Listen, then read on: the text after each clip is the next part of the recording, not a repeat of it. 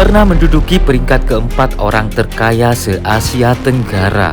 Namanya sangat besar di industri rokok Indonesia. Tapi hari ini saya tidak sedang datang ke kantornya, bukan pula ke rumah mewahnya. Saya justru menuju ke rumah terakhir seorang konglomerat, sebuah tempat peristirahatan yang megah dan misterius. Inilah makam sang legenda Rahman Halim, bos besar gudang garam. Assalamualaikum warahmatullahi wabarakatuh. Semoga sehat selalu saudaraku. Teman-teman, saya sekarang sedang berdiri di depan gerbang besar berwarna merah mencolok. Lihat bentuk atapnya teman-teman, melengkung ke atas dengan detail ukiran kepala naga di ujung-ujungnya. Gaya seperti ini dikenal dengan istilah Paifang atau Pailo, sebuah gerbang tradisional Tiongkok yang biasa ditemukan di pintu masuk desa, kuil, atau area suci seperti makam leluhur. Struktur beratap genteng dengan dominasi warna merah dan putih ini tidak hanya memikat secara visual, tapi juga mengandung filosofi mendalam. Merah melambangkan keberuntungan dan perlindungan dari roh jahat, sementara putih, warna yang justru dalam tradisi Tionghoa adalah simbol kesucian dan berkaitan dengan duka atau kematian. Di atas gerbang ini kita bisa melihat 4 huruf Hanzi berwarna emas yang mengartikan kurang lebihnya, semoga semua yang beristirahat di sini mendapatkan kedamaian yang setara. Sebuah pesan yang sederhana, tapi syarat akan makna spiritual dan penghormatan terhadap leluhur. Tulisan emas pada latar putih menandakan bahwa mereka yang berada di dalam gerbang ini dianggap terhormat. Tidak peduli status sosial semasa hidup, semua diberikan tempat yang damai dan mulia. Kompleks seperti ini bukanlah hal asing bagi komunitas Tionghoa di tanah Jawa. Sudah sejak masa kolonial, pemakaman Tionghoa dibangun dengan filosofi Feng Shui yang kuat. Dan gerbang seperti ini adalah penanda awal bahwa kita sedang memasuki wilayah sakral, tempat di mana roh-roh leluhur dipercaya masih mengawasi generasi penerus mereka. Banyak keluarga besar Tionghoa di Kediri, Surabaya, dan sekitarnya yang menjadikan kompleks ini sebagai rumah terakhir mereka, sebuah penghormatan abadi bagi para pendahulu. Coba kita perhatikan bentuk jendela melingkar di sisi kiri dan di kanan gerbang ini. Lingkaran dalam budaya Tionghoa melambangkan keabadian dan kesempurnaan. Tidak ada awal, tidak ada akhir. Mirip dengan konsep hidup dan mati yang terus berputar dalam kepercayaan leluhur. Pintu gerbangnya sendiri berbahan besi merah yang menandakan kekuatan sekaligus perlindungan terhadap energi negatif. Ini bukan sekedar ornamen, tapi bagian dari ritual simbolis agar hanya energi positiflah yang boleh melewati gerbang ini. Saya telah memasuki kompleks pemakaman Tionghoa yang berada di Kelurahan Pojok, Mojoroto, Kediri ini. Begitu saya masuk, pemandangan langsung berubah teman-teman. Kanan kiri saya penuh dengan makam-makam besar yang ditata rapi, banyak diantaranya dipenuhi relief dan ornamen mewah yang mencerminkan status sosial semasa hidup si pemilik makam. Ukiran naga, singa, dan bahkan simbol keluarga banyak terlihat di batu nisan.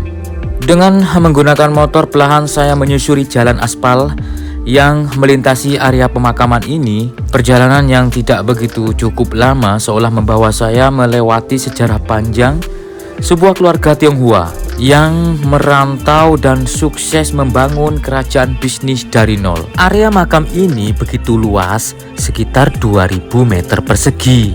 Di sekelilingnya terdapat taman yang dirawat sangat baik, dengan jalur setapak marmer dan pepohonan hias sengaja ditanam untuk menciptakan suasana damai. Dari lokasi ini saya bisa melihat Gunung Klotok menjulang dari kejauhan, seolah menjadi saksi bisu atas perjalanan hidup seorang konglomerat besar. Saya terus berjalan pelan dengan menaiki motor, menelusuri jalan sempit yang hanya cukup dilewati 1 mobil saja.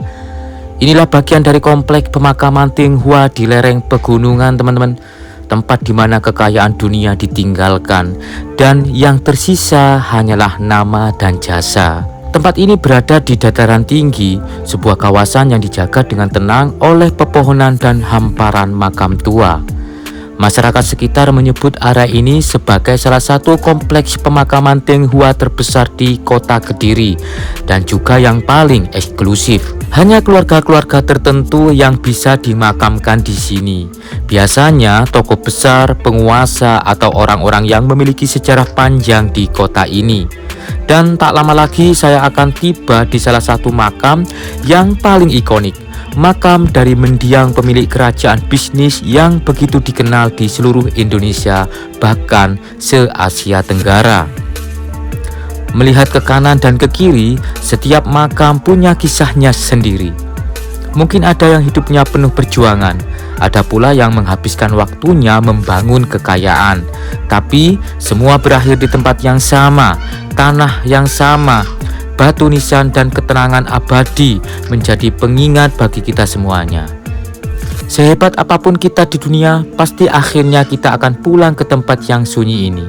Dan yang saya tuju bukan sembarang orang, tapi seseorang yang pernah mengendalikan perusahaan bernilai triliunan rupiah, menyerap ribuan tenaga kerja, dan mengubah wajah industri nasional.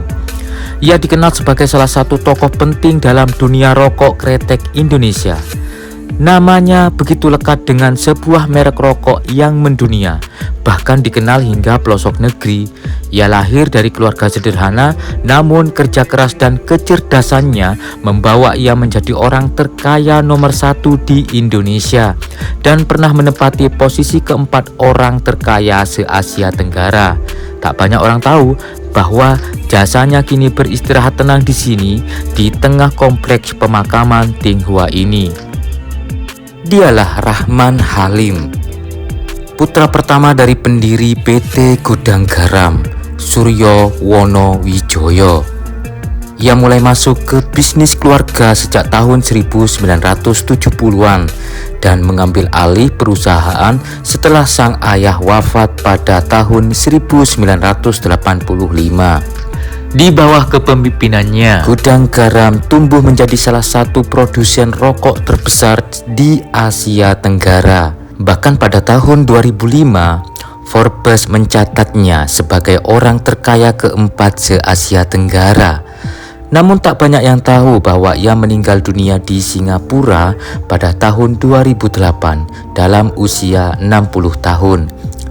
Jenazahnya dimakamkan di tempat ini dengan peti jenazah berbobot 1,5 ton dari kayu jati kualitas terbaik yang bahkan perlu diderek baja dan landasan plat besi hanya untuk menurunkannya ke dalam tanah.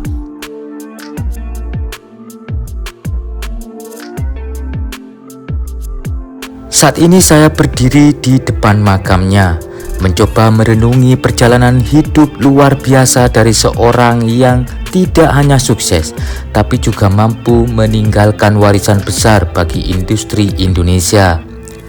Makam ini bukan hanya sekedar tempat peristirahatan, tapi juga monumen bisu tentang kejayaan, perjuangan, dan akhir dari segalanya. Banyak orang datang ke sini untuk berziarah bukan hanya karena rasa hormat, tapi juga karena rasa penasaran akan megahnya rumah terakhir sang konglomerat. Di akhir perjalanan ini, saya hanya bisa berkata, semua manusia sehebat dan sekaya apapun akan pulang ke rumah terakhirnya. Dan rumah terakhir ini, semewah apapun bentuknya, tetaplah menjadi penutup cerita. Rahman Halim telah menulis kisah hebatnya di dunia bisnis, tapi kini ia beristirahat di tempat ini selamanya.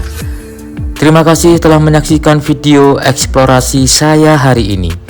Jangan lupa untuk like, share, dan subscribe untuk mengikuti perjalanan saya berikutnya, menyusuri tempat-tempat unik, bersejarah, dan penuh cerita yang jarang diketahui banyak orang.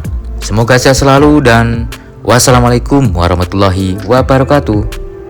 Rahayu.